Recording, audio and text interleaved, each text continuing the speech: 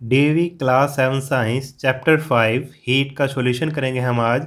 Dear student, channel पर math, Hindi, science, social science, Sanskrit सभी subject के वीडियो अवेलेबल हैं। यदि आप सभी सब्जेक्ट की वीडियो देखना चाहते हैं तो वीडियो की डिस्क्रिप्शन और प्लेलिस्ट को ज़रूर चेक करें। तो सॉल्यूशन करने से पहले जिस बच्चे ने इस चैप्टर का एक्सप्लेनेशन वीडियो नहीं देखा है तो सबसे पहले वो इसका एक्सप्लेनेशन वीडियो देखे, उसके बाद ही सॉल्यूशन करे, क्योंकि उसको तभी समझ में आएगा जब वो एक्सप्लेनेशन वीडियो को देखेगा। और सभी वीडियोस का लिंक आपको इसी वीडियो की डिस्क्रिप्शन में मैं दे दूंगा।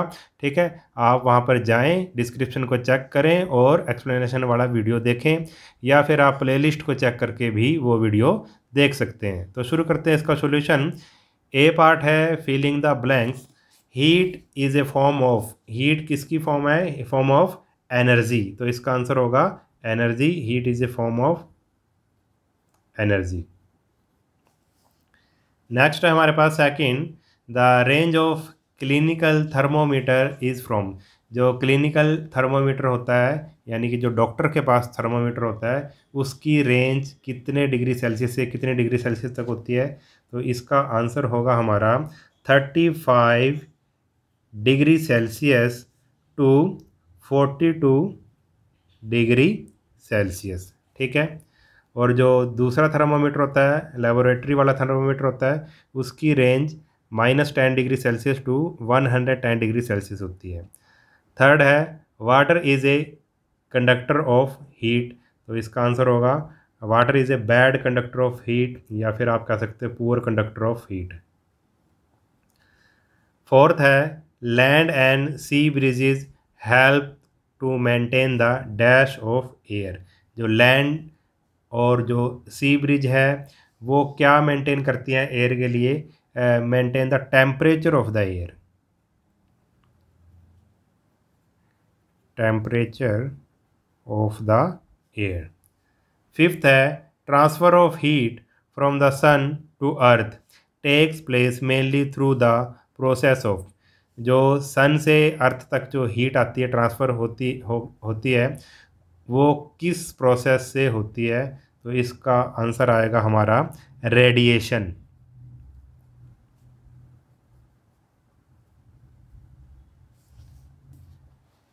अब बी पार्ट है इसका, राइट ट्रू और false for the following statement. हमने ट्रू और फॉल्स बतानी है।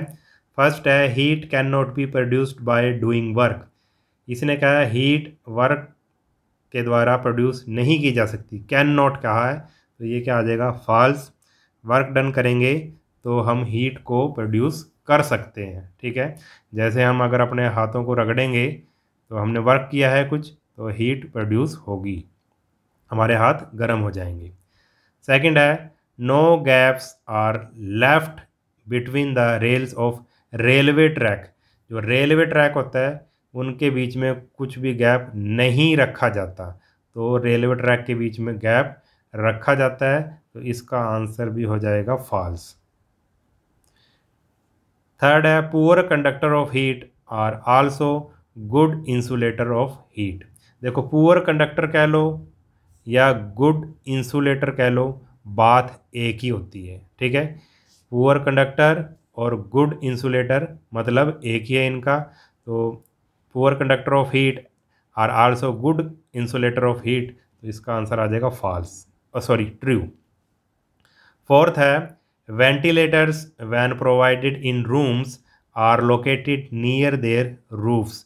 जो वेंटिलेटर होते हैं, जैसे कि रोशनदान वगैरह होते हैं जिससे हवा क्रॉस होती है, वो रूम के मतलब जो रूम होता है उसकी रूफ्स के पास, छत के पास होते हैं, तो ये आ जाएगा हमारा true.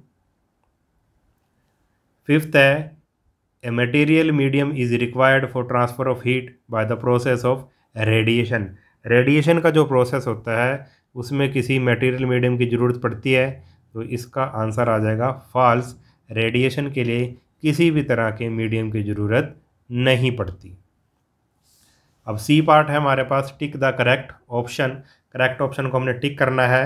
A copper ball at 30 degree Celsius is put in a container containing water at 30 degree Celsius. In this case, देखो एक कॉपर बॉल है at 30 degree Celsius is put in a container containing water 30 degree. Water का भी temperature 30 degree Celsius है और copper ball है उसका जो टेम्परेचर है उसका भी 30 डिग्री सेल्सियस है। जब उसको इसमें रखा जाता है वाटर में तो क्या होगा, heat will get transferred from water to the copper ball. क्या हीट वाटर से कॉपर बॉल की तरफ ट्रांसफ़र होगी? Heat will be transferred from the copper ball to water. क्या कॉपर बॉल से वाटर की तरफ हीट ट्रांसफ़र होगी? Heat would flow first from copper ball to water and then from water to copper ball. पहले heat copper ball से water की तरफ transfer होगी और फिर वाटर से कॉपर बॉल की तरफ ट्रांसफ़र होगी।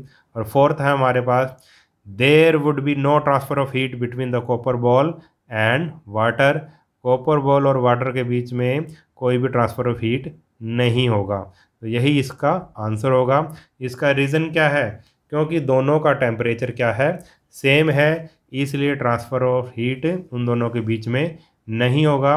क्योंकि ट्रांसफ़र ऑफ हीट तभी होता है जब टेम्परेचर में डिफरेंस हो। हाइयर टेम्परेचर से लोअर टेम्परेचर की तरफ हीट ट्रांसफ़र होती है, क्योंकि इस केस में दोनों का टेम्परेचर सेम है, बॉल का, कॉपर बॉल का और वाटर का, तो नो ट्रांसफ़र ऑफ हीट होगा। ठीक है। अब सेकंड है इसका, the reading of laboratory thermometer in the given shown here is. एक लेबोरेटरी थर्मोमीटर दे रखा है हमको, थर्मोमीटर, इसकी हमने रीडिंग बतानी है कि कितनी है। 10.2 degree Celsius, -10 degree Celsius, 10.8 degree Celsius और 18 डिग्री सेल्सियस। अब इसको देखो कैसे रीड करना है, थोड़ा ये समझना पड़ेगा। देखो सबसे पहले इसकी रीडिंग देखो कहाँ तक है। देखो ये 0 से 10 है, फिर 10 से 20 है, 10 और 20, ठीक है। बीच में सीधा 15 नहीं है, ठीक है। सीधा 10 के बाद क्या है, 20 है, फिर 20 के बाद 30 है। ये देखो, चलो मैं बना देता हूँ यहाँ पे। जैसे ये है 10, मान लो ये 10 है, फिर 1 2 3 4 और ये आ जाएगा 5, ठीक है। 1 2 3 4 5, यहाँ पे क्या है, 20 है, ठीक है। 10 के बाद सीधा क्या है, 20 है, और बीच में कितनी है भाई, 1 2 3 4 5, 5 इसने दे रखे हैं, इसको 5 पार्ट्स में बांट रखा है। यानी कि यहाँ से लेके एक पार्ट कितने के बराबर होगा, देखो 10 के बाद ये क्या होगा, 12, ये 14, ये 16, ये 18 और ये 20।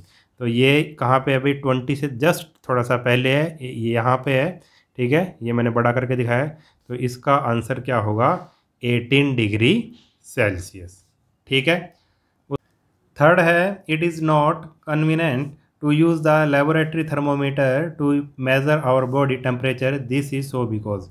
देखो जो लेबोरेटरी थर्मोमीटर होता है उससे हम अपनी बॉडी का टेम्परेचर नहीं ले सकते, वो कन्वीनियंट नहीं होगा। ऐसा क्यों? This is so because it's range is small, क्योंकि जो लेबोरेटरी थर्मोमीटर है उसकी रेंज स्मॉल होती है। As the thermometer is taken out from the mouth the level of mercury in it immediately start falling.